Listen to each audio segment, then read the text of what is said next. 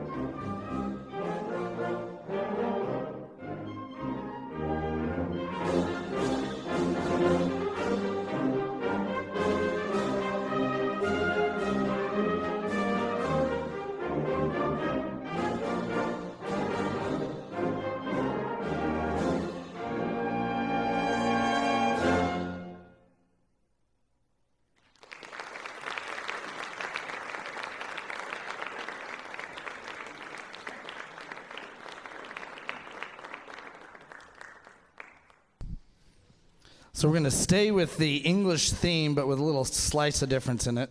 Percy Grainger was an Australian saxophonist, an amazing composer, very interesting character. If you ever want to read some history on composers, he and Hector Berlioz will keep you up at night.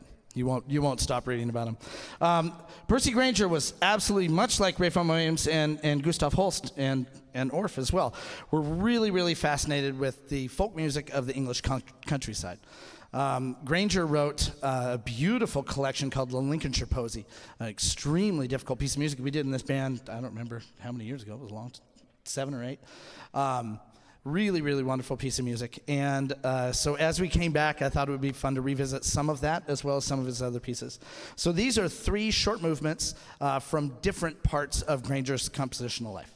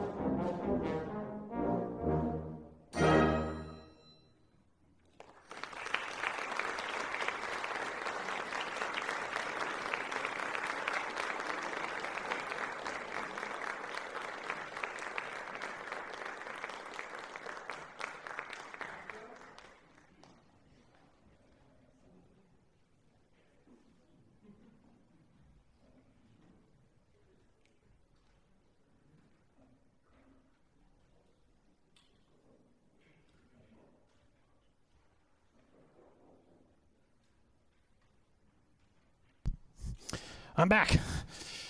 I hope you all had a chance to look at the program, and especially the program notes, which, again, something I didn't have to do.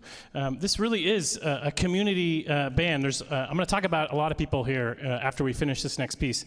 But Peter took his own time on his own and researched.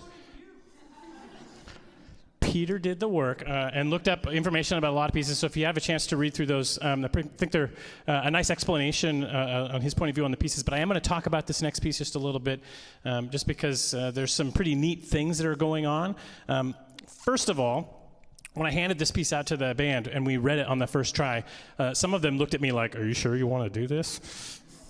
And I said, "Yeah, you can do it. Let's do it." And so we pushed them a little bit. But I think they're going to do a fantastic job. And I'm going to walk through the three sections of the piece really quick for you. So this piece is really all about New York City. So the opening part is all about the skyscrapers. And you're visiting New York for the first time, and you're kind of in awe of the grandeur of how tall all the buildings are.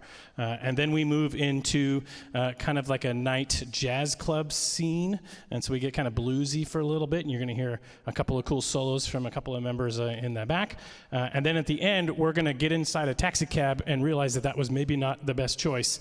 And it gets a little hairy, the ride to the end. And then we kind of see all of it at once in this kind of glorious culmination. So here is Robert Sheldon's Metroplex.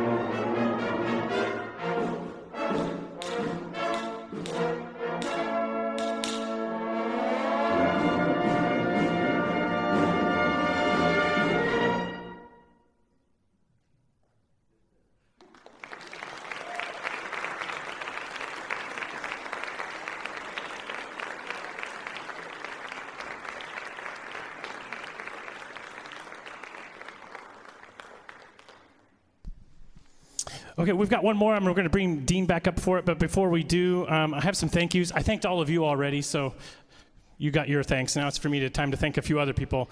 This really is a community band. Dean and I get to stand up front and kind of look pretty and talk and do all those things. But it's really a lot of these other folks behind me that do a lot of the work. So I'm going to point out some of them and some of the efforts they've given above and beyond making all that wonderful music that we just heard going on. So we've got our board, which is Eric back there on trumpet. You can stand up, Eric. And Wendy on tenor sax is our treasurer. And April is our communications personnel director.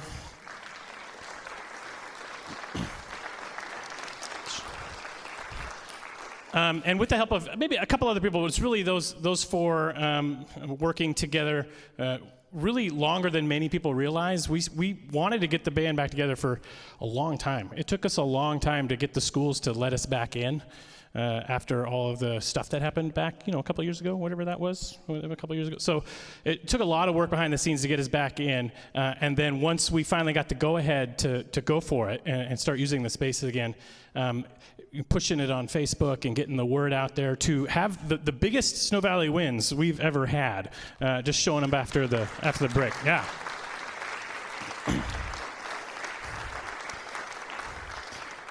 And I'm going to quote another lady I want to thank a lot, Miss Lorraine Thurston on tuba, who helped, again, yeah.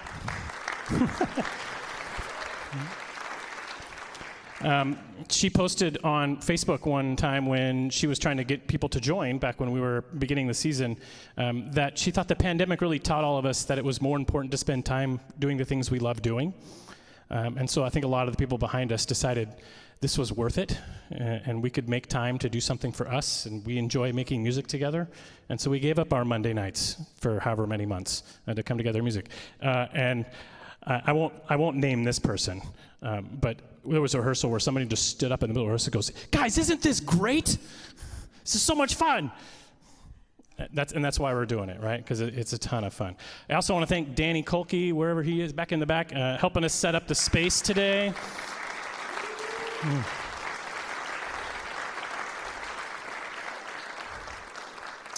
And I'm probably going to forget someone. I already mentioned Peter on the program notes. Oh, yes, thank goodness. Mr. Dan Taylor, he's the band director at Snoqualmie Middle School, and he was the one who said, "Yeah, you can use my space, and heck, I'll even let you use all my drums, and we'll help load them up and bring them to the performance venue, and I'm going to play clarinet." And so big thanks to Dan for all the help he did. Appreciate it. Anybody else? I think that's it. I'll be in trouble later if I forget. But and I also, once again, I want to thank Dean for co-conducting with me. We would have missed several rehearsals because either he was sick or I was sick or one of my kids was sick or his kid was sick, and we didn't miss a single rehearsal all season because somehow we didn't do it at the same time. So having two conductors was really beneficial this spring. So again, I'm going to bring Dean out to finish off the show with selections from the Music Man. Here comes Dean.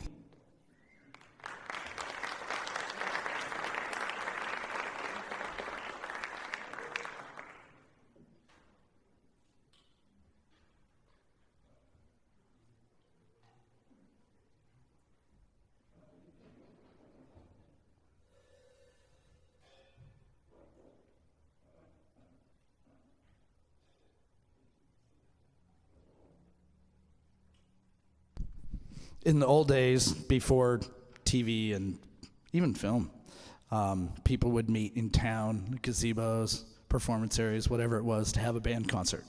John Philip Sousa, one of the first professional bands in the country. And their programs would always be filled with a transcription of an orchestral piece of music. Bless you.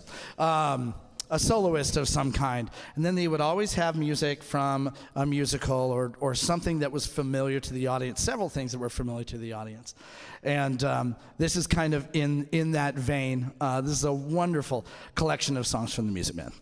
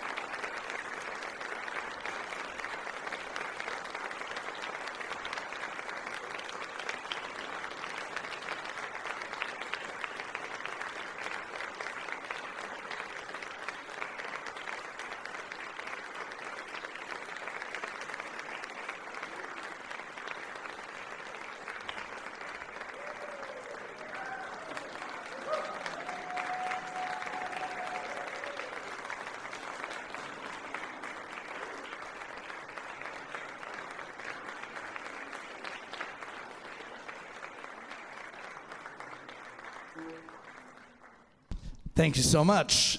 And there's food. How about that? Again, thank you so much, and this will just keep going. And I know some of you out there were in band, right? Right? I think it was David.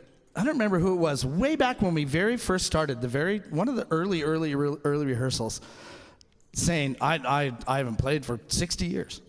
And in 5 minutes, there was this, I remember how to play. And it's happened with every single person. So if you find that old trumpet, trombone, cornet, no E-flat clarinets, please. Any of those things that you have hiding in your attic, out in the barn, your mom still has it, grab it. Come out and join us. It's so much. It's as much fun, maybe even more, than it was when you were in school. Because you can go home and do whatever you want, and your mom doesn't make you clean your room, right? Except for you.